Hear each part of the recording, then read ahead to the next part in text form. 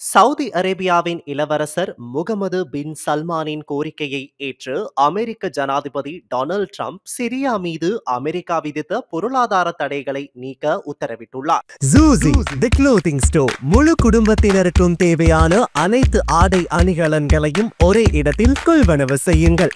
அனைவருக்கும் ட்ரெண்டிங்கான exclusive collections எங்களிடம். கொட்டஹென, ஹேட்டன் மற்றும் வில்லபத்தை புதிய கிளையில். சந்தோஷமான தருணங்களை ஜூசியுடன் கொண்டாடுங்கள். நேற்றைய தினம் அமெரிக்க ஜனாதிபதி டொனால்ட் ட்ரம்ப் மத்திய கிழக்கு நாடான சவுதி அரேபியாவிற்கு விஜயம் மேற்கொண்டிருந்தார். இதன்போது சவுதி அரேபியாவின் இளவரசர் முகமது பின் சல்மானுடனான சந்திப்பின் போது இந்த தீர்மானம் எடுக்கப்பட்டது. சிரியாவில் பஷர் அல் அசாத் ஆட்சியின் போது அமெரிக்கா கடுமையான பொருளாதார தடைகளை விதித்தது. பின்னர் அவர் நாட்டை விட்டு ஓடிய போதும் தடைகள் தொடர்ந்ததுடன் தற்போது நீக்கப்பட்டுள்ளதாக டொனால்ட் ட்ரம்ப் அறிவித்துள்ளார். சிரியாவில் கடந்த டிசம்பர் மாதம் திடீரென உள்நாட்டு போர் வெடித்த நிலையில் ஆட்சி கவிழ்க்கப்பட்டு ஜனாதிபதியாக இருந்த அசாத் அங்கிருந்து வெளியேறி ரஷ்யாவில் தஞ்சம் புகுந்தார். HTS அமைப்பினர் அங்கு ஆட்சியை கைப்பற்றிய நிலையில் அகமது அல் ஷாரா இடைக்கால ஜனாதிபதியாக பொறுப்பேற்றார். முன்னதாக அங்கு 13 ஆண்டுகளாக உள்நாட்டு போர் நடந்த நிலையில் அமெரிக்கா அந்நாட்டின் மீது கடுமையான பொருளாதார தடைகளை விதித்தது. ஆட்சி மாற்றம் நிகழ்ந்த பின்னர் பொருளாதார தடைகள் விலக்கிக் கொள்ளப்படவில்லை. எனினும் தற்போது அது முற்றாக நீக்கப்பட்டுள்ளது.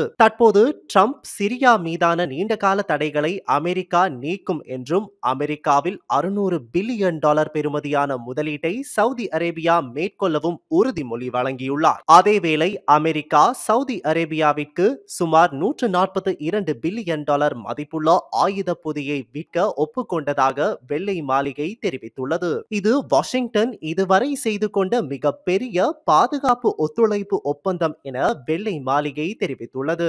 குறித்த ஒப்பந்தங்களை பரிமாற்றிக் கொள்வதை மையமாக கொண்ட பயணத்தின் ஆரம்ப நிகழ்வாக ரியாதில் நடந்த முதலீட்டு மன்றத்தில் பேசிய ட்ரம்ப் சவுதி அரேபியாவின் நடைமுறை ஆட்சியாளரான இளவரசர் முகமது பின் சல்மானின் தடைகளை நீக்குவதற்கான கோரிக்கையின் பேரில் தான் செயல்படுவதாக தெரிவித்தார். இதனிடையே எரிசக்தி, பாதுகாப்பு, சுரங்கம் மற்றும் பிற துறைகளை உள்ளடக்கிய ஒரு ஒப்பந்தத்திலும் ட்ரம்பும் சவுதி இளவரசரும் கையெழுத்திட்டுள்ளனர். இந்த ஒப்பந்தம் வான் மற்றும் ஏவுகணை பாதுகாப்பு, விமானப்படை மற்றும் விண்வெளி, கடல்சார் பாதுகாப்பு மற்றும் தகவல் தொடர்பு உள்ளிட்ட துறைகளுக்கான 1 டசன் அமெரிக்க பாதுகாப்பு நிறுவனங்களுடனான ஒப்பந்தங்களை உள்ளடக்கியது என்று வெள்ளை மாளிகையின் அறிக்கை ஒன்று தெரிவித்துள்ளதாக சர்வதேச ஊடகங்கள் தகவல் பகிர்ந்துள்ளன.